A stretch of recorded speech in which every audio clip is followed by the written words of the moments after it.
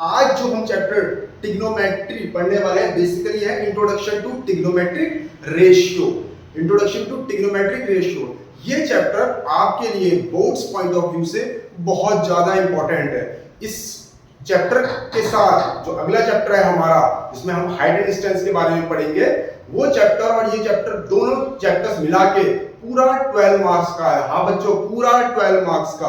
और इस चैप्टर की खासियत ये है कि ये चैप्टर इतना मुश्किल नहीं है जितना इसको बनाया गया है, बट आपको इसे आराम से और धीरे धीरे समझना है क्योंकि ये चैप्टर आपके लिए नया है। 10th क्लास में इस चैप्टर का इंट्रोडक्शन आपके लिए नया है, तो आपको थोड़ा सा टाइम लग सकता है, पर ध्यान रखना कि ये चैप्टर बहुत ही इंपॉर्टेंट है और स्कोरिंग चैप्टर है आपके लिए ट्रिग्नोमेट्री।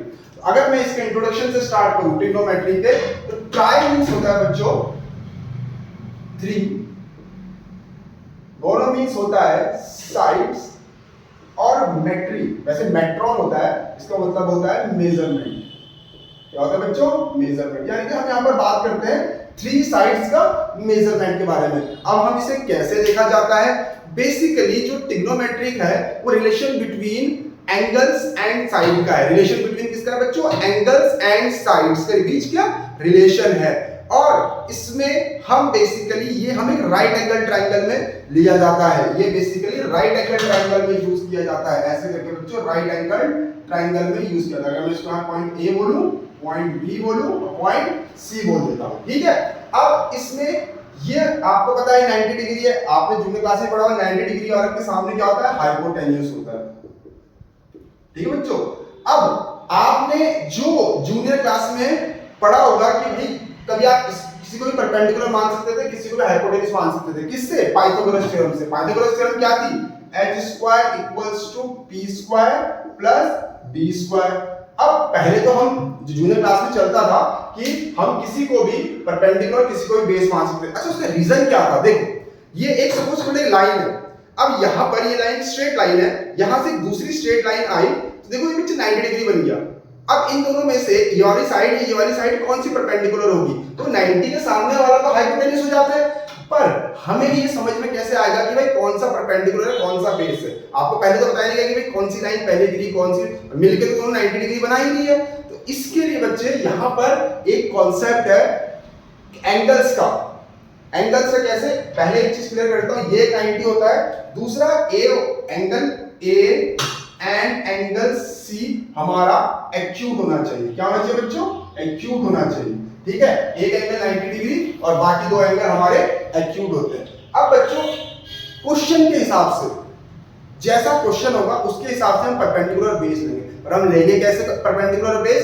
उसके लिए समझो कि अगर उसने यहां पर एक कोई एंगल ऐसे बना दिया, एंगल सी बोल दिया या हम थीटा भी बोल देते हैं कभी कभार, ठीक है। तो जो भी एंगल बनाया हुआ है उसके सामने वाला हमेशा परपेंडिकुलर होगा। ये ट्रिग्नोमेट्री की सबसे खास बात यही है, यही नई चीज है जो आपको सीखनी पड़ेगी। एंगल के सामने वाला, एंगल के सामने वाला आपका क्या होगा? वाला परपेंडिकुलर होता है। क्या होता है बेटा? परपेंडिकुलर होता है। एंगल के सामने वाला परपेंडिकुलर होता है। ये बात आप बिल्कुल ध्यान से लिखिए। कौन सा angle? Acute angle. Acute angle, given acute angle आप यहां लिख सकते हो, गिवन एक्यूट एंगल, ठीक है। गिवन एक्यूट एंगल के सामने वाला हमारा परपेंडिकुलर होता है।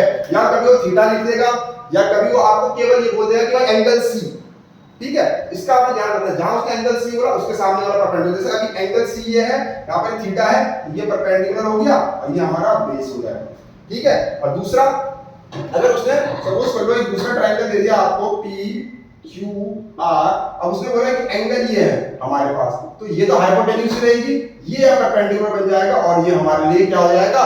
बेस हो जाएगा। इसका बहुत इंपॉर्टेंस है बच्चे। जिसको ये चीज क्लियर नहीं है उसके लिए प्रॉब्लम हो सकती है आगे जाके। उसका रीजन क्या है? क्योंकि आगे जाके हम इसकी प्रॉपर्टीज में ही हम इसको बात करते हैं। अब बच्चों जैसे मैंने बात की थी आपको, ये हम रिलेशन पढ़ेंगे एंगल्स एंड साइड के बीच का रिलेशन। अब क्योंकि यहाँ पर एक एंगल आ गया है, इसके साथ कुछ नई चीजें जुड़ी है। अच्छा, एक चीज और है, जो ट्रिग्नोमेट्री आई है ना, बेसिकली वो सर्कल से आई हुई है। ठीक है, हाफ ऑफ द कॉर्ड के सर्कल से आई गई है, वो इसका बेस है जिसमें आप नाम पढ़ते हो, साइन पढ़ते हो, फिर आप कोसाइन पढ़ोगे, ठीक है, फिर आप टेंजेंट पढ़ोगे, फिर आप कोटेंजेंट पढ़ोगे, सीकेंट पढ़ोगे। देखो आप सीकेंट, कोटेंजेंट, सीकेंट आपको याद होगा कि सर्कल में क्या होता था कि अगर ऐसे करके लाइन चलेगी वो क्या हो जाती थी, सीकेंट हो जाती थी। ऐसे करके अगर ये टच करके एंड पॉइंट को केवल, तो ये हमारी टेंजेंट हो जाती थी। इसी से रिलेशन है, इसको हम ज्यादा डिटेल में नहीं जाएंगे क्योंकि इसका कोई अभी हमारे लिए ज्यादा यूज नहीं है। अब मैं बात करता हूं आगे की भाई इसमें आपका क्या क्या यूज होगा, कैसे कैसे आप इसको ट्रिग्नोमेट्री को यूज करोगे। बच्चों इसको नोट डाउन कर लेना, आप लोग वीडियो को पॉज करके नोट डाउन कर देना, ठीक है। चलो मैं आगे आपको इसके आगे कॉन्सेप्ट बताता हूं।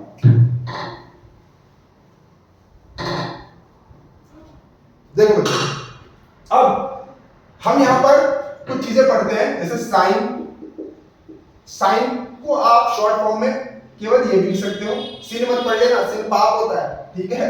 इस सिन पढ़ रहे हो आप, साइन थीटा, कॉस थीटा जिसे कोसाइन बोलते हैं, टेन थीटा जिसे हम टेंजेंट भी बोलते हैं, कोसेक थीटा, कोसिकेंट बोलते हैं इसे, सेक थीटा, ठीक है बेटा, और कॉट थीटा, ये हम पढ़ेंगे यहां पर। अब ये है क्या, इसमें आपको इंट्रोडक्शन करवाते हैं। हमारे पास इससे रिलेटेड कुछ फॉर्मूलेज हैं जो आपको लर्न करने होंगे और धीरे धीरे आप क्वेश्चंस करते जाओगे तो आपको फॉर्मूले लर्न करते जाओगे। बेटा सबसे सिंपल, बच्चे ना फॉर्मूले लर्न करते मतलब रटते रहते, रटना नहीं है। आप जैसे जैसे क्वेश्चंस को अटेम्प्ट करोगे वैसे वैसे आपके वो फॉर्मूले आपको लर्न होते जाएंगे, ऑटोमेटिकली लर्न हो जाएंगे जितना आप क्वेश्चंस को अटेम्प्ट करोगे, ठीक है।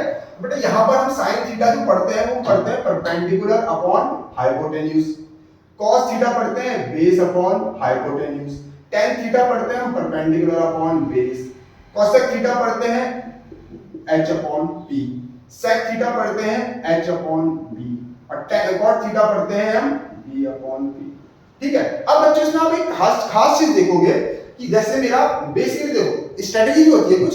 देखो आप साइन थीटा पढ़ा आपने परपेंडिकुलर और हाइपोटेन्यूज, अब यहीं पर आप कोसेक थीटा पढ़ोगे, आप पढ़ लो इसका अपोजिट, तो यानी कि जो साइन का अपोजिट होता है वो कोसेक होता है, कॉस का अपोजिट देखो सेक होता है h अपॉन b, ठीक है, और टेन का अपोजिट होता है कॉट, ठीक है। इसको आप कैसे पढ़ोगे देखो, ध्यान से देखना, क्या आप ऐसे भी लिख सकते हो sine theta equals to 1 upon cosec theta,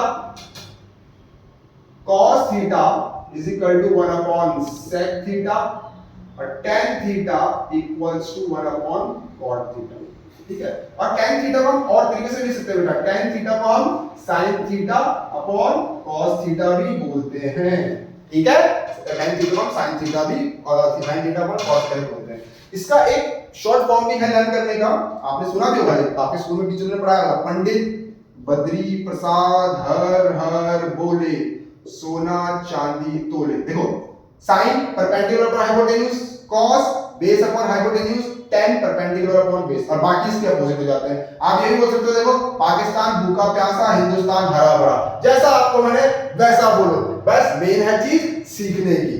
बच्चे ये चीज आपको, ये बेसिक है, ये आपको सीखना पड़ेगा। अब इससे रिलेटेड हम क्वेश्चंस करेंगे कुछ, तब आपको धीरे धीरे समझ में आ जाएगा कि आपको ये वैल्यूज कैसे निकाली जाएगी, कैसे कैसे आप इसको सॉल्व करोगे, ठीक है। अब हम इस पे एक दो एग्जांपल मैं आपको करवाता हूं, छोटे से एग्जांपल्स करेंगे हम इसमें, तो आप सीखोगे कि हम इसको यूज कैसे करेंगे, जो मैंने आपको परपेंडिकुलर हो गया। सपोज कर लो एक ट्रायंगल है, वो बोलता है एबीसी एक ट्रायंगल है जिसमें उसने हमें गिवन है कि जो साइन सी है, याद रखना, मैंने बोला थीटा बोलो, सी बोलो, ए बोलो, नहीं कर सकता, बी नहीं बोल सकता, बेटा याद रखना। जो यहाँ पर हमारा एंगल होगा वो हमेशा एक्यूट एंगल ही होगा। ये बात आपने बहुत अच्छे से क्लियर कर देनी है कि हमें सर ने बताया है कि यहाँ पर जो है हमारा हमेशा एक्यूट एंगल होगा।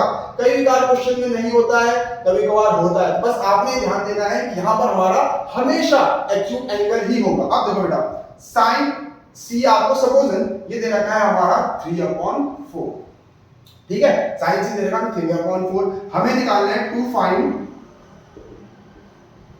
cos c tan c, suppose करो ये ऐसे करने पे हमें निकालना है, ठीक है।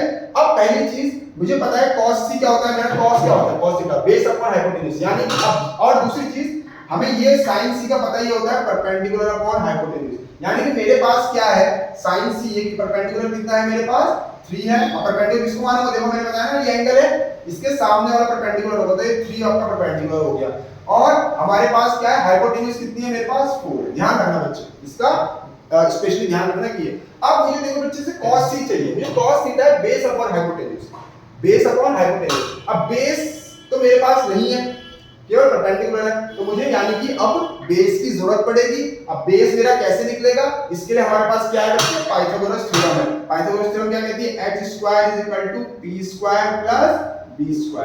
हाइपोटेन्यूज क्या है मेरे पास, देखो 4 का स्क्वायर हो गया और परपेंडिकुलर कितना है मेरे पास 3 का स्क्वायर हो गया। बेस मुझे निकालना है, ठीक है। बेस को आप BC भी लिख सकते हो, नॉर्मल B भी रहने दोगे तो भी कोई प्रॉब्लम नहीं होगी आपको एग्जाम्स में, ठीक है। अब इसको आप अगर सॉल्व करोगे तो 4 का स्क्वायर हो जाएगा 16, 3 का स्क्वायर हो जाएगा 9 प्लस b² हो जाएगा आपका। तो यहां से आपका 16 9 इधर आ जाएगा, माइनस हो जाएगा b²। यहां से आपका आ जाएगा b² = 7 और ये b क्या हो जाएगा हमारा √7। अब ये b की वैल्यू मेरी आ गई √7। ध्यान रखना बच्चों, दोबारा से बता रहा हूं, आपको क्वेश्चन के अकॉर्डिंग चलना है। मुझे क्या निकालना था, cos c। cos में मुझे पता है कि बेस अपॉन हाइपोटेन्यूज होता है, बेस तो मेरे पे था नहीं, भैया तो था नहीं, मेरे पास केवल परपेंडिकुलर और हाइपोटेन्यूज था। तो मैं कैसे करूंगा, मैं पाइथागोरस थ्योरम से पहले बेस निकाल लूंगा, ठीक है। अब मैंने बेस निकाल लिया, अब तो बहुत आसान हो गया। cos c बोला उसने, cos, मैं यहां पर कर रहा हूं, ध्यान देखना है, cos c बोला उसने, तो cos c में देखो क्या होता है, बेस अपॉन हाइपोटेन्यूज। बेस मेरा √7 है और हाइपोटेन्यूज मेरे पास 4 है। वैसे उसने बोला tan c, tan c पे उसने बात करी है। tan क्या होता है, देखो परपेंडिकुलर अपॉन बेस, तो tan मेरा परपेंडिकुलर क्या है 3 है और बेस मेरा √7।